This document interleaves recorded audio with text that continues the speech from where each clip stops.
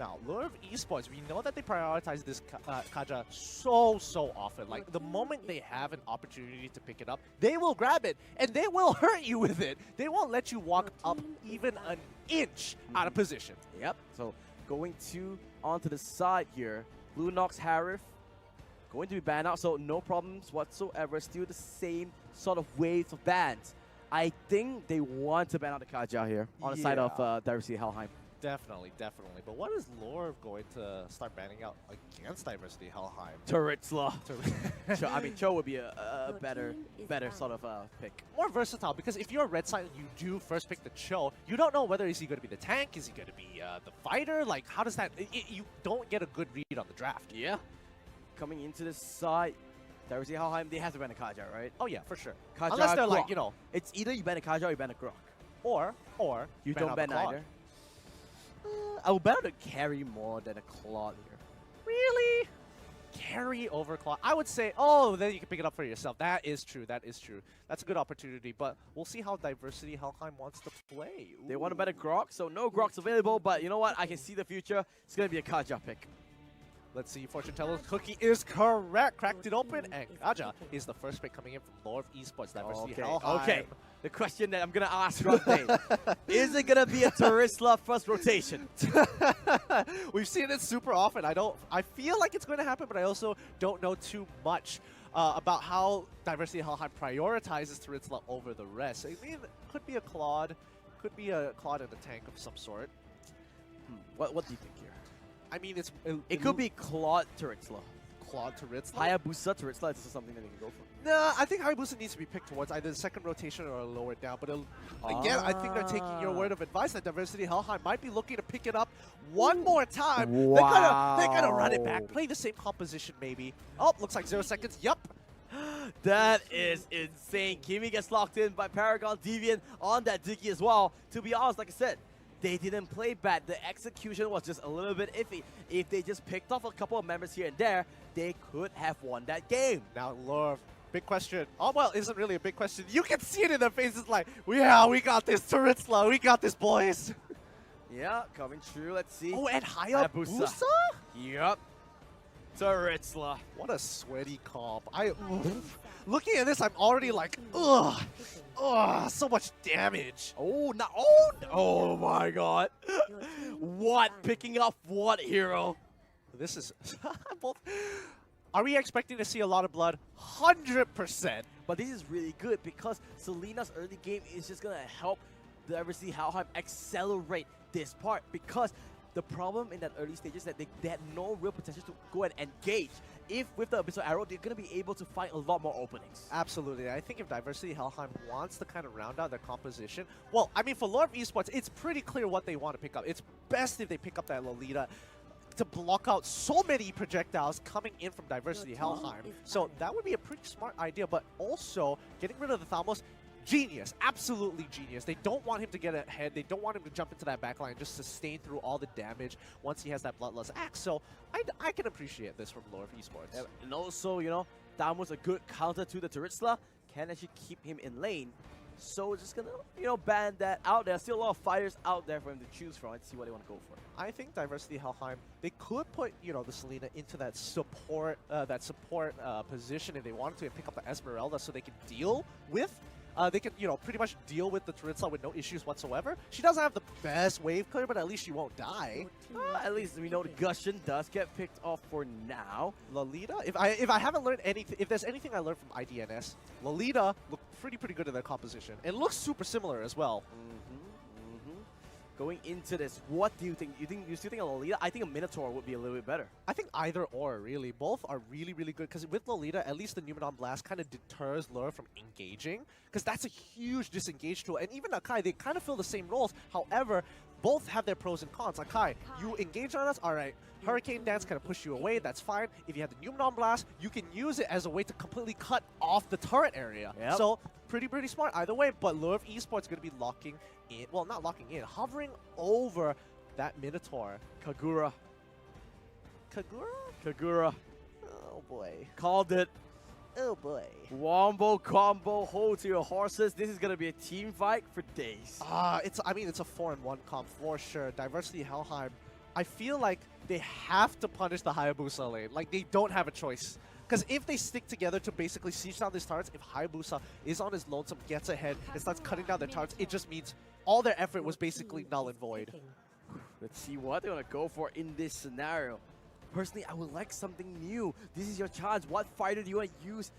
Lapu Lapu would be a perfect pick for me, but I don't think they're going to pick it this time. Honestly, they could actually just pick Esmeralda if they wanted to. It fits the role. She doesn't necessarily need a lot of goals. She just needs to sustain through the lane. That's the big objective, because they want 4 members to kind of roam around and destroy these turrets, and they need somebody who can just sustain. But it looks like they're going to go for scaling instead. God. Oh, he's got the new skin as well. Woo! This is almost the same comp that IDNS ran. Really smart pick. Why you want to pick the Lapu Lapu, the Hellcat here is because the Dark Knight's Force, right? Yep. Every single time. If Louvre wants to engage, you just pop the Dark Knight's Force. When you can't see anything, it's pretty hard to coordinate. It's just a little. Just a little tough. But, well, both lineup has been locked in. Gideon, what do you think? I think both of these teams have some very solid lineups here. I'm liking Louvre's a little bit more over Diversity Helheim's because you can play around the Dark Knight Falls, so a lot of it has to come down to execution. And so far, based on the track record, Louvre Esports looks like they can execute a little better. Yeah, well, let's see. Both teams locked in. Could this be a 2-0 for Louvre, or can Diversity Helheim make this into a series? Indonesia v Cambodia. We've seen it once. We're going to see it a second time. Let's go to the Land of Dawn. This time, Louvre going to be on the blue side. Diversity Helheim going to be on the red side. And I'm expecting Gio to kind of scope out the enemy bot lane to check. I mean, he can. The objective for Terizla at this point, I should cut the way, but I also should be careful to not make the same mistake. He sees Deviant, he's like, nope, I'm out of here. Nope, I'm out. Diggy and Akemi is a little bit harder. He's kind of dancing around here. He's going to take a little bit of damage here. Yep. Again, can't disrespect those 3 hits from the execution strike. That is crazy. But now you can see straight away what Diversity Helheim wants to do. Basically, they just want to take the turret down. But Gio making sure that they don't do it for free. But he's taking a lot of damage. He needs to be careful. Flicker comes through as well.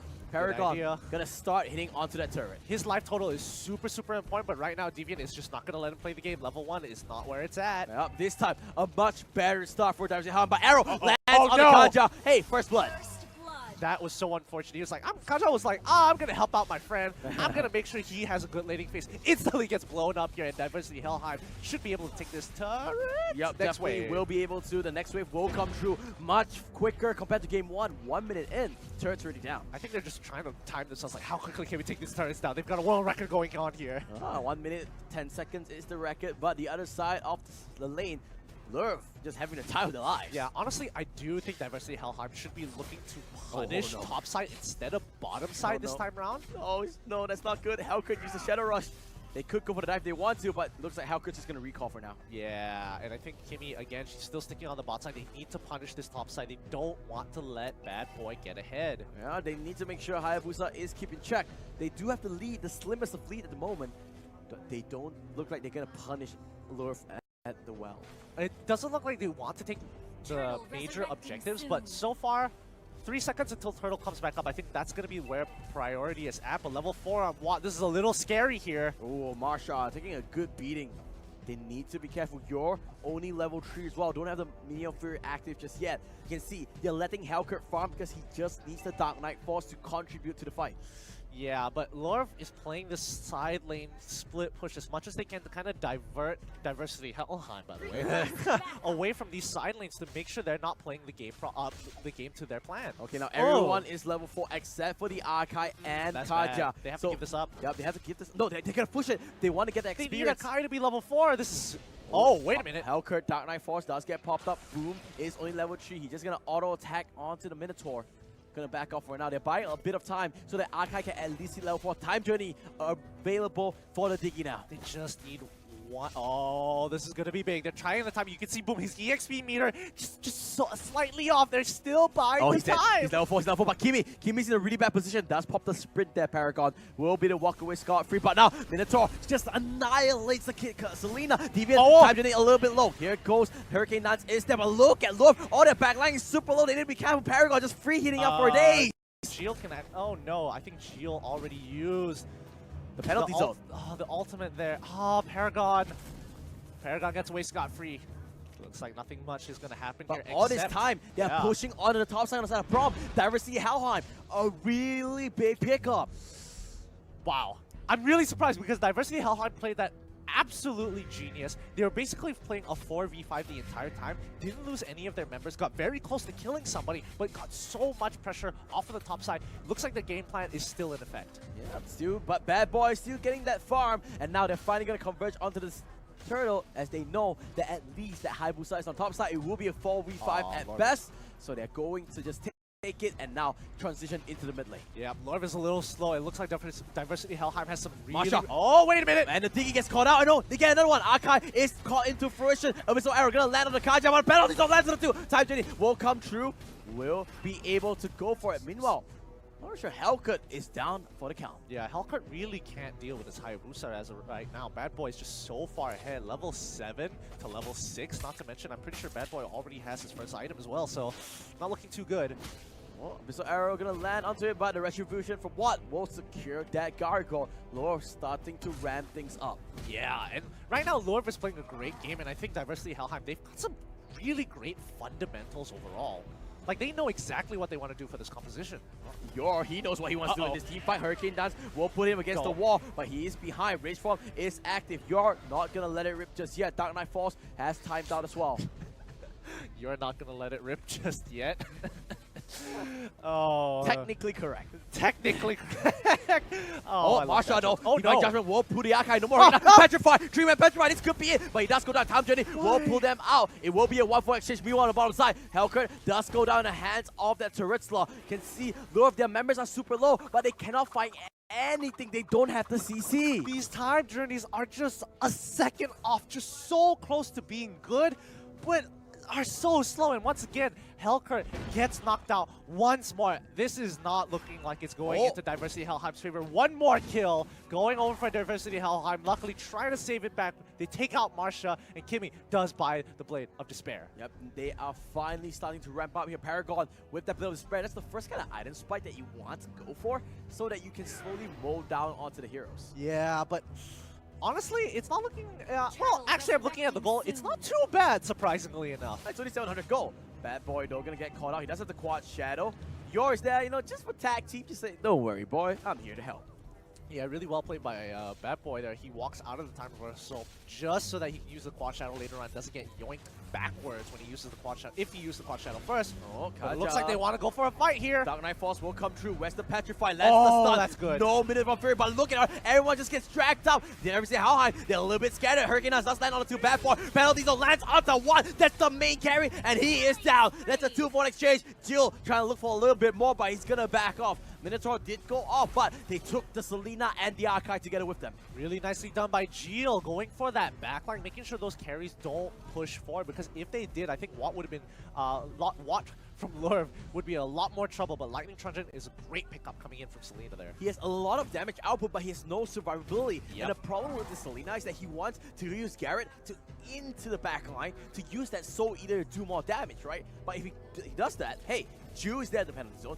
Minion Fury from Yor, maybe even Masha, with that Divine Judgment, he needs to be careful. And not to mention that the main carries from the side of Louvre does have some mobility abilities.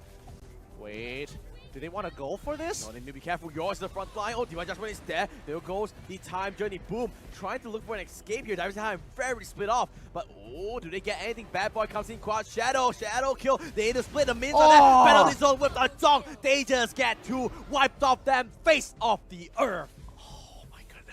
RNG is definitely on the side of Louvre. I mean, 1 hit, 3 targets. Man, that is unlucky. Unlucky, but sometimes you just need to be a little bit of luck to help you end this game. Louvre definitely in the driver's seat now. Yeah, they've got a very clear lead here. Can Diversity Helheim? Oh, they want to go for this, but look at the damage! What just annihilated that Hellcat, and he just had to look at his health bar and go kaboom. But now, finally, the arrow does land. What will finally fall? Divine Judgment a little bit late. The Selena gonna go a little bit more. Does have to steal. He gets the stun. Another one. Petrify. Hurricane does. This Minotaur is not going anywhere. Hayabusa is just gonna join the fray. Time Journey comes true. Shadow kill not gonna be split. There goes the Abyssal Arrow. They do finally get out the Minotaur, but they will be the back off Jill. doesn't land the revenge strike, so no slow means no chase. A great statement coming in from Diversity Helheim. Watt's probably just going to deal the damage and then back out. Really great there. Oh my Great god, play. they got it. Paragon is there as well, but nope, he's gonna flicker off and just keep himself alive. That's some seriously fast fingers coming in from Diversity Helheim's Watt there. Goes, dashes in, deals the damage, dashes back out before the penalty zone is landed. So really nice overall, but better yet, it's a huge statement from Diversity Helheim telling Louvre Esports, hey, we're not out of this just yet. They have a good potential of pickoffs, right? Look at that. They have Helkert, they have Dicky, they have the Selena. Any of this CC stunts, that's about it. And Arkai, Hurricane Dance, hey ho, that's another way of entrance. But the problem is Louvre is playing very disciplined, but this could be the first opening. Helkert, Dark Knight falls.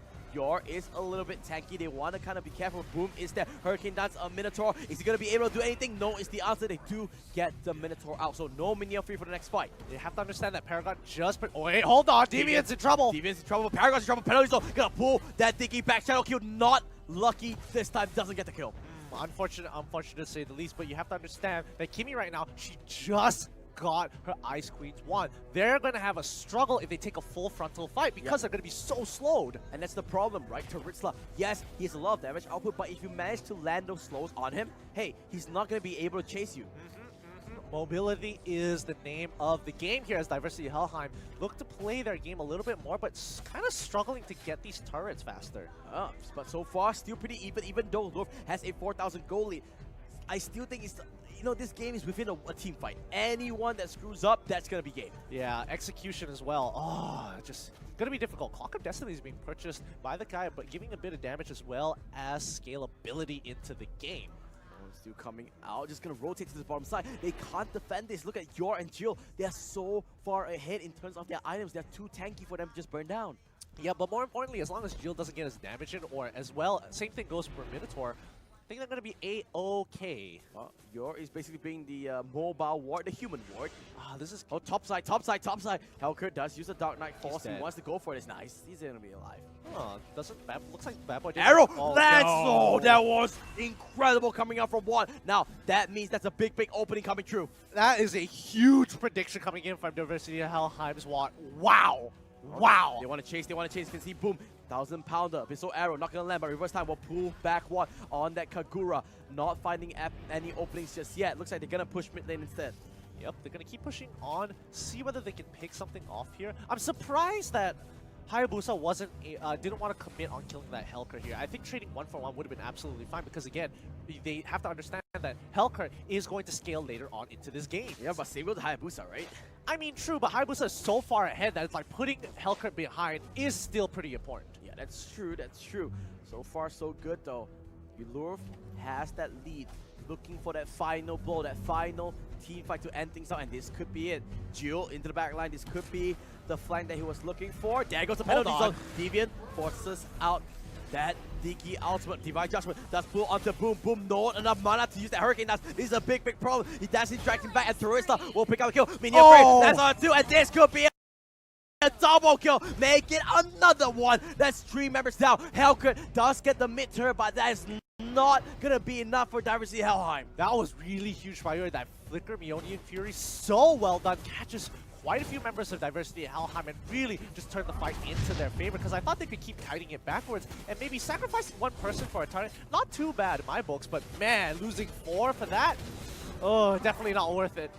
They need to regroup and rethink what they want to do. Blade of Despair done for Bad Boy Watt on that concentrated energy. Louvre on track to just finish top spot in this group. Yeah, as Watt is going to be taking the buff as the rest of the team of Diversity Helheim. They're not too far behind, 6K compared to what they were in the previous game where mid-game did not go in their favor. We're moving slowly into the late game here, and we can see the items built by both of these teams. Yep, and they're waiting for the Lord, gonna march down into the mid lane with his almighty maze. 5 members of Diversity Helheim gonna walk into this. Let's see what can they do. Looks like they're gonna group up here. They want to force a fight. Yeah, they want to force the fight here. Hayabusa going in. Paragon, look at the damage! That is not a lot on stream, and he's gonna go for more. He's just opened up the map all by himself. He says, team, what team? I'm gonna do it all by myself. Bad boy just showing up. They don't have the minions, but they're definitely wait for the next wave. Jill just making sure nobody comes through. Visual arrow gonna land onto the Hayabusa, but that doesn't matter. They have the crystals on their side. They can't go for the end. Penalty zone lands on the wall. He wants the end. Execution strike. One more hit's gonna be in, but Prob doing what he can. They do clear the minions. The minion phase says, you are going nowhere. He kicks out the Helka. They get the team white, and this is gonna be Louvre taking it 2-0. Oh, this is going to help them secure that top spot here. So congratulations to Louvre Esports. Look at those happy faces. Gonna be happy. A little bit of fingers gestures here and there. High five all around. And that's how you secure top spot. Congratulations, Louvre Esports. You are gonna join the likes of Archangel and IDMS. Woo! These guys got to be happy with themselves. I mean, they didn't exactly complete, have the greatest run. They didn't make it. They didn't be the champions of their region. However, they are showing a very strong performance here at the MSC. I can see it coming true. There's a Helheim a little bit beaten up onto this. They played well, but just not good enough. You can see small, glimpse of good play here and there, right? The good engages. At least they're still in good mood, high spirits, but unfortunately just a little bit fell short. Correct strategies, just it really came down to execution there. Really, really did, and I think the experience coming in from Louvre is definitely showing. Yeah, I can see this end game stats. Honestly speaking, do you think there was a little bit of underwhelming plays coming up from the Hellkurt?